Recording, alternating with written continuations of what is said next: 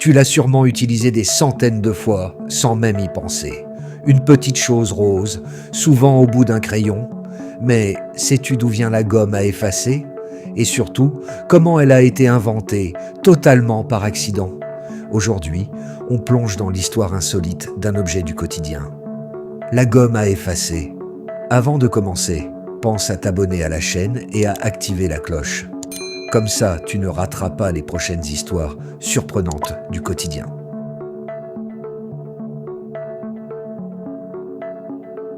Avant la gomme, effacer une erreur, c'était une vraie galère. Au XVIIIe siècle, les écoliers et les écrivains utilisaient du pain rassis pour corriger leurs fautes sur le papier. Oui, du pain. On en coupait un petit morceau, un peu dur, et on frottait l'écriture à l'encre ou au crayon. Mais le résultat était loin d'être parfait. Le papier se déchirait ou restait taché. Autant dire qu'il valait mieux ne pas se tromper.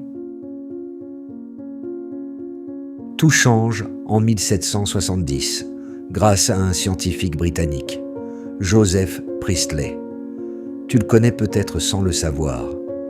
C'est aussi lui qui a découvert l'oxygène.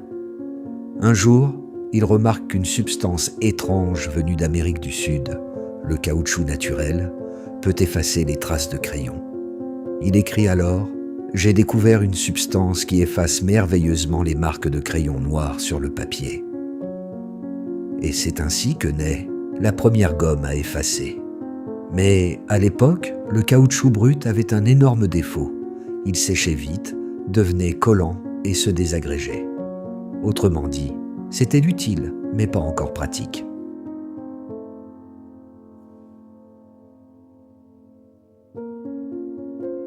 Il faudra attendre 1839, quand Charles Goodyear, un autre inventeur, découvre par hasard le processus de vulcanisation.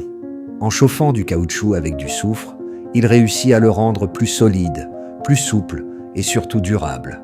Grâce à lui, la gomme moderne voit enfin le jour. Et ce n'est pas un hasard si le nom Goodyear te dit quelque chose. Oui, c'est bien de là que vient le nom de la célèbre marque de pneus. Depuis, la gomme a bien évolué. Au XXe siècle, les fabricants remplacent peu à peu le caoutchouc naturel par des matériaux synthétiques, comme le PVC. Les formes et les couleurs se multiplient. Gomme blanche, rose, bicolore et même parfumée. Et si tu t'es déjà demandé pourquoi elle est souvent rose, la réponse est simple. La première gomme de la marque Pink Pearl, créée en 1917, a tellement eu de succès que la couleur est devenue un standard mondial. Aujourd'hui, on la trouve dans toutes les trousses du monde, symbole d'apprentissage et d'erreurs réparées. Mais derrière ce petit morceau de gomme se cache une histoire de découverte, d'accident et de génie. La gomme à effacer n'est pas qu'un simple outil d'école.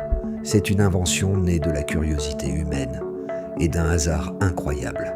Alors, la prochaine fois que tu effaceras une erreur, souviens-toi, tu tiens dans ta main un petit bout d'histoire. Merci d'avoir regardé. Si tu as aimé cette vidéo, pense à t'abonner et à liker. Et dis-moi en commentaire, quel autre objet du quotidien tu veux que je raconte la prochaine fois?